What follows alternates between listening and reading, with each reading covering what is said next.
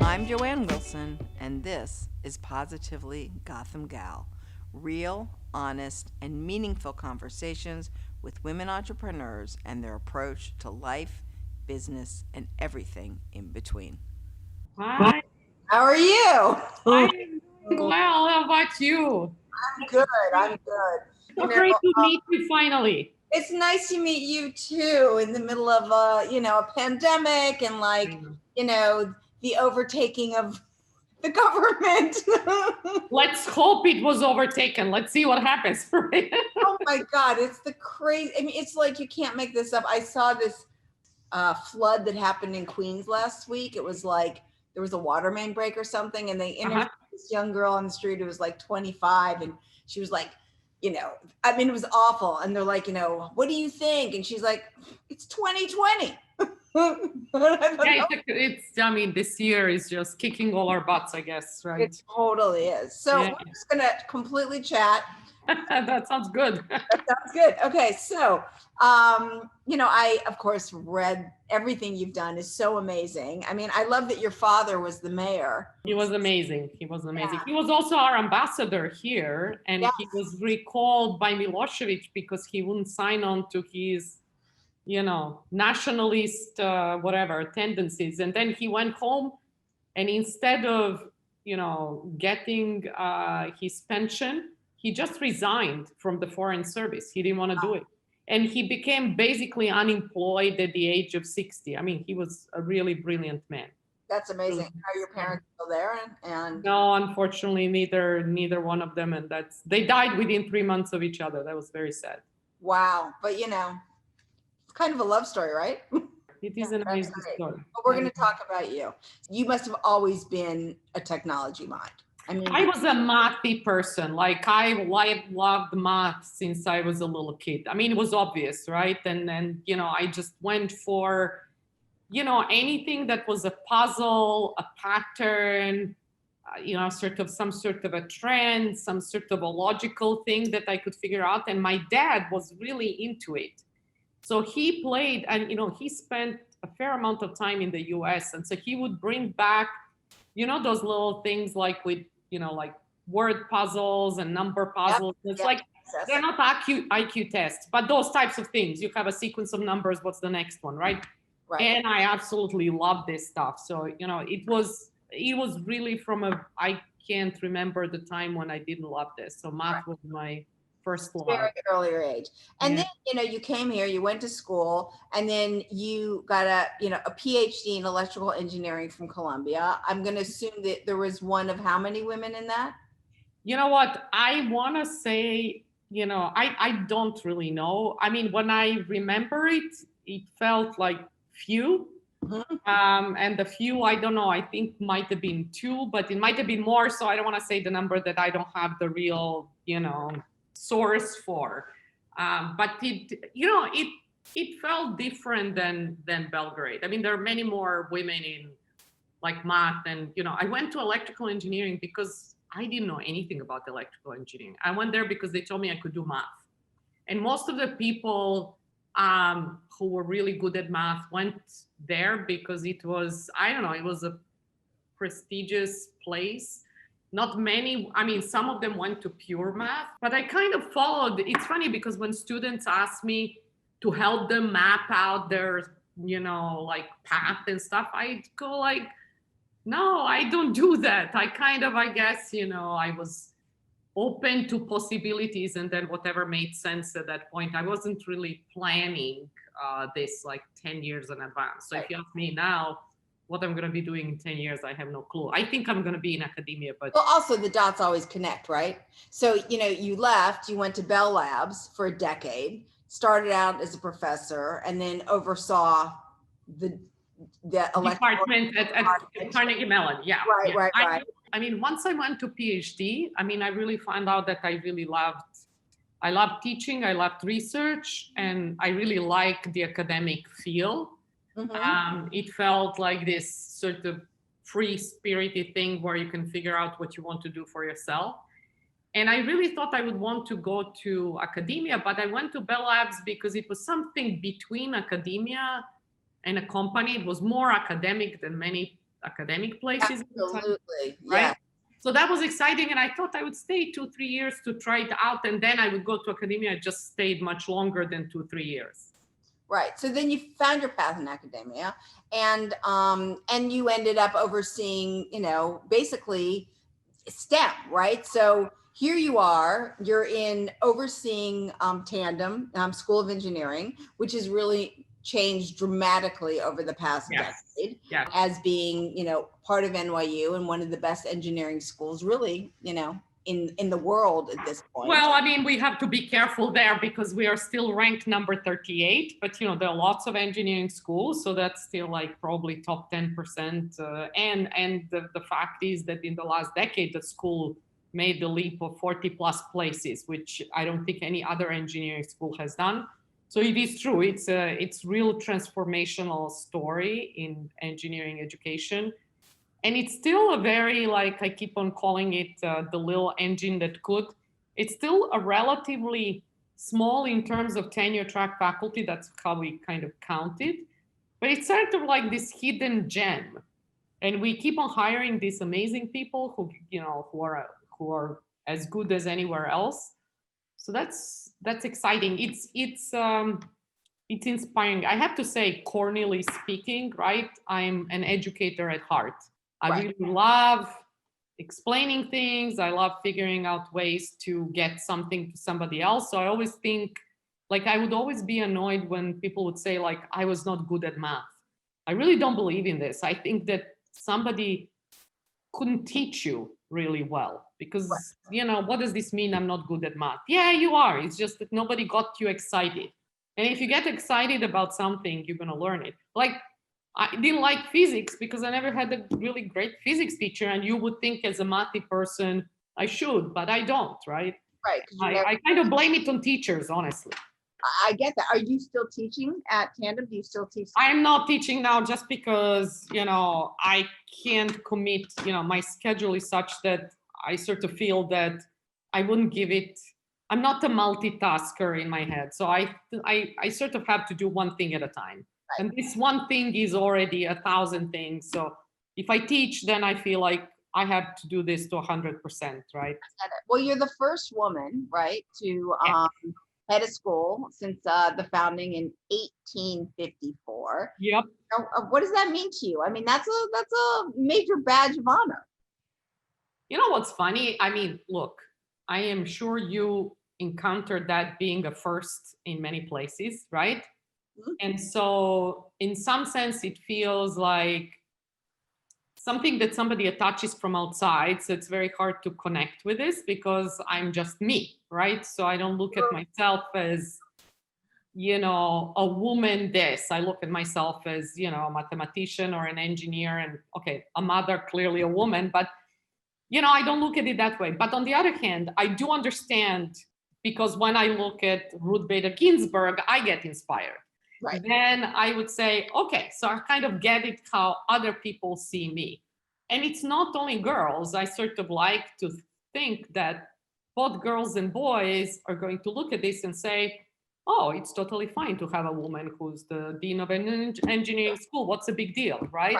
Right. And I want them to grow up thinking that, and both, right? Not only just one gender. Not only one. I completely agree. It's both sides of the coin. And yeah, so, exactly. But in regards to, women, only 13% of women in the workforce are in the engineering area. So what are you doing at Tandem? And as you think about women who love math or have decided to pursue, a STEM education that, that's how their brain works and that's the things that they love. And they found a professor at one point that like totally turned it on to them.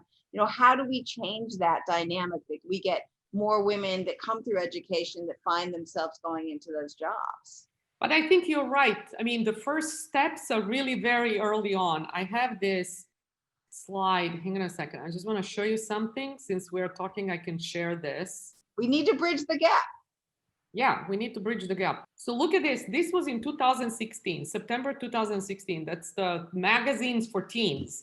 One is called Girls Life. The other one is called Boys Life, right?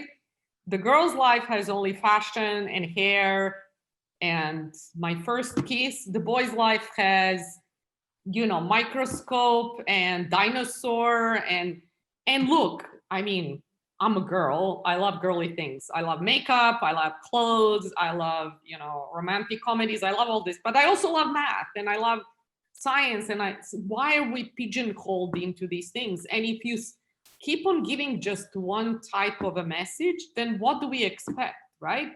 And if people are not educated to say to these girls, hey, look at this, right? Look how cool this is, and get excited about this. I mean, look, I was lucky. I really was lucky. I had parents who were absolutely enlightened, and my dad who spent a lot of time with me, and he thought this was the coolest thing in the world that I was into math, and he treated me as a peer. So I'm the lucky one, but not everybody is so lucky. And I hear of lots of girls that I meet as students who would say that really nobody supported them in their lives. And that's how I kind of started understanding that you can't look at this problem only through my lenses, because mine are rosy, right? I was the one who didn't have these issues. And so you have to start early. You have to make sure that kids are exposed to all of it, and then they can pursue whatever their passion is. But then you have to support them also afterwards. Yes. I mean, interesting enough, the couple women that I know that are involved with STEM or are engineers and never felt like, they were the only woman in the room and never really gave it a thought. They've all come from overseas. They've all come. That's so funny. I did talk to my colleagues who do come from overseas. I don't know why, but I sort of was surprised when I came here, and I found like, well, it's totally acceptable. You get a college degree and then you don't work. So I am up for, like, people should make their own choices, right? But why is this an expectation? I had a colleague in Bell Labs told me when I was pregnant, he said, oh my God, you're going to see once you have that little baby, you're going to love her so much that you will not want to leave her. And I said, so how did you leave your 2 kids? You have 2 young kids, and I'm leave. What does it mean? I'm not going to Timbuktu. I'm going to work and coming back in the evening, right? Yeah. I mean, all the women I know who come from overseas feel the exact same way. I mean, I know when I was working as well and I got pregnant and he was like, oh, that's the end of you. And I was like, what are you talking about? Why? Yeah, what is it? I turn off my brain? Yeah, I mean, that's utterly ridiculous. I mean, so, and what is in tandem in terms of, the gender breakdown in women to men? Because I know that, my friend at ITP, before we started the Women's Entrepreneur Festival, that particular year, one of her biggest frustrations was that year there were more boys than girls in these classes. And she found that the entire conversation changed, and it would frustrate the hell out of her. Well, I mean, look, for us, it's amazing. It predates me. And I think people have had a very kind of purposeful strategy about how to do this, and the 4 steps from the pipeline to how do you attract them, what do you do when they come, how do you support them, and all this stuff. I mean, last year, entering class was 46% women in engineering. That's fantastic. That's more than twice the national rate. Right, so that it's possible to do it. It just takes a lot of work, and it takes a lot of time, and it takes a lot of. But now I don't think women at Tandon feel as a minority. That's for sure, right? Because the classes are not every class is equally, or every program is equally represented. But all together, and you have to think of what are you going to do once they come on campus. It's not enough to get them. Numbers are just part of the puzzle, right? Then you have to support them. So we have something that we call woman mentorship, where older, students serve as mentors to younger entering female students. There is one whole floor in our residence hall that's for women only, right? And there are a bunch of other things. We have events that are for admitted women or for, recruiting women.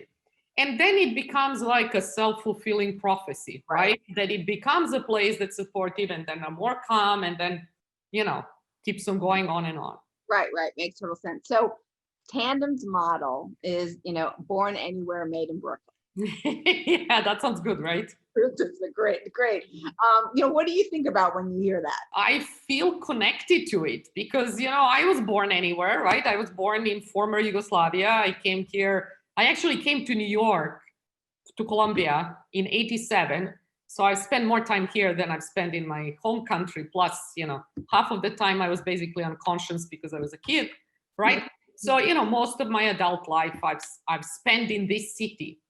And, I actually wanted to come to New York. I really wanted specifically to come to New York because I love this idea of non-homogeneity. I mean, homogeneity actually turns me off. And I never thought about men versus women. I just was excited about people coming from anywhere. And that was intensely interesting to me, right?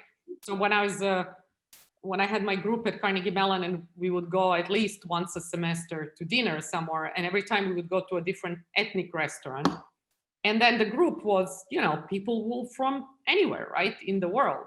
And then we would go around the table and see who has eaten what food when. And then one time, I find it interesting that Chinese kids have not eaten feta cheese. And it was like, oh, okay, that's interesting. And then you see them trying. And then, we would go to a Korean restaurant where I have not tried kimchi before, right? And then it's just, I think that's the fun part of it, right? It's kind of, I think it goes with the lifelong learning that I think anybody in academia feels like we are doing, because For we sure. cannot stand still, right? We have to keep on learning. Well, and also New York, I mean, you can have access to all that stuff. So you can continue to lifelong learn in anything, and particularly your palate, right? So you can go eat all those different places. But one of the things that you've done at Tandon very early on was sort of this remote learning. So, Tandon already had this strength in online learning. So exactly. I make the difference between online and remote. Okay. And I think it was, look, what happened during COVID, especially overnight in March, when we all kind of switched really within a couple of days to remote learning, right? So people had to go to Zoom, and all of a sudden, whatever they were doing in the classroom, they would do on Zoom, right? But there is also a different model, and I have done this with my class at Carnegie Mellon earlier, and many people have done this at Tandem as well, is that you design the class for this medium. So that's different than just transferring your teaching from the classroom into this, right? Because you have to. I think a lot of people have really figured that out, that you are on a different medium, and so it's a different type of curriculum, how it's being taught. Exactly. And so how do you use this medium for a pedagogical benefit? It's not just a simple thing of translating what you do in class to this, but how can I use this medium to make my teaching better, right? So for example, if we teach a class and you teach class over and over again, you imagine you're going to go to the classroom, you're going to deliver this lecture, as interactive as you may be, it's more or less the same lecture. So why not put at least a portion of it asynchronously online so you can record it, right? And then you free up the class time for the things where we are really beneficial, right? Me as an expert is beneficial when I can talk to people sort of one-on-one and guide them and kind of poke them and say, have you thought of that? Or, get people to think together and present and so on. So I think these things are very different. And what was really, in some sense, great about the pandemic, I mean, there are not many things that are great, but this is one of the great ones, is that it has shaken those people who were never willing to try, right? So in the spring, we had to do it sort of, it was emergency. And people who were already very good at this knew how to do this well. But in the fall, because there was the summer time to prepare, lots of people got excited, said, wow, look at what I can do now. And this is perhaps, a better way to engage students. It's not simple and it's not for every class, but for lots of things you can do advanced and pedagogically involved things that are not always easy to do in the classroom. And do you think COVID is really has changed the direction of, really any university or any education facility? It could be from kindergarten through 12th grade, or, PhDs in how we are going to teach in the future, because, we all have seen the, rising cost of education. Where do you see this all going?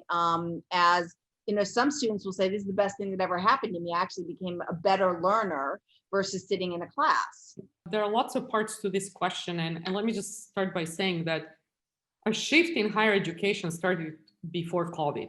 Things were already moving, and part of it was online learning. I mean, 10 years ago, people were predicting, oh, we're going to be all online learning. I mean, this hasn't happened and it won't happen. And it's not also, people think of it as a binary thing. It's either online, it's not online. It's not like that. It's on an axis that you go from totally traditional class in the classroom to totally online class, never in person, to somewhere anywhere on this axis in between. Like, if you flip your classroom, you can still be in the physical classroom with students and so on.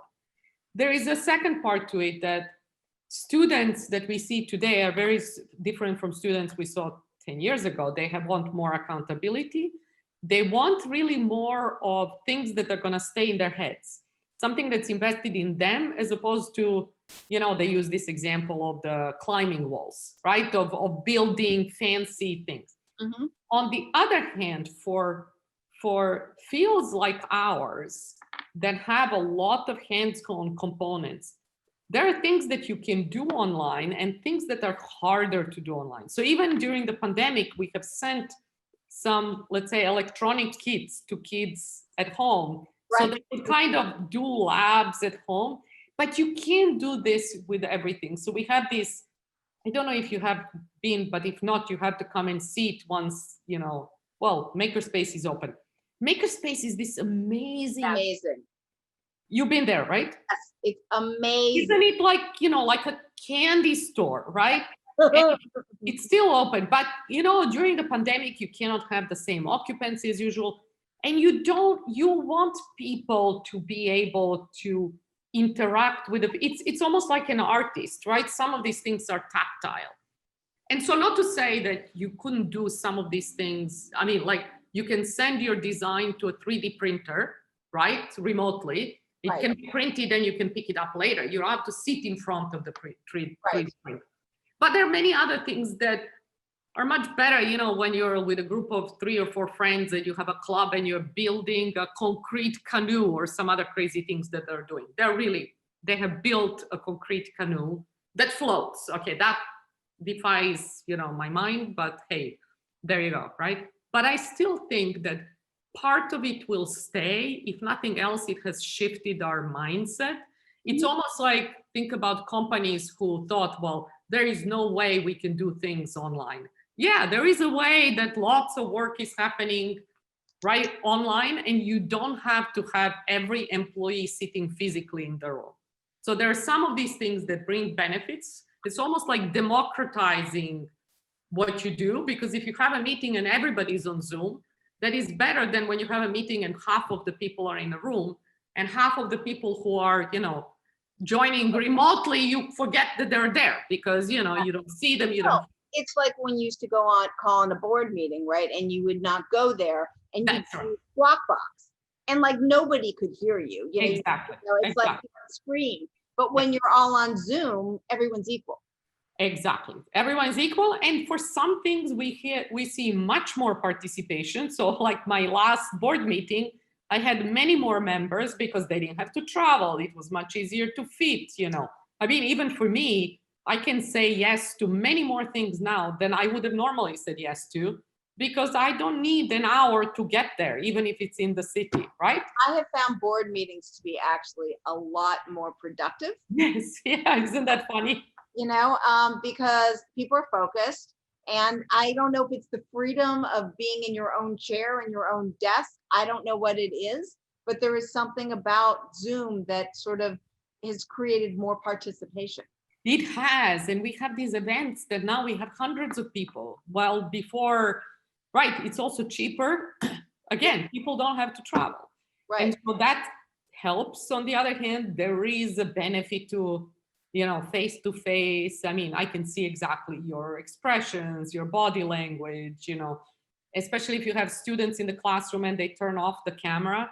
You have no clue what the hell they're doing there. Okay, fine. So you can't engage them, but so it has its benefits, and I would not venture to say that this is completely going to revolutionize everything.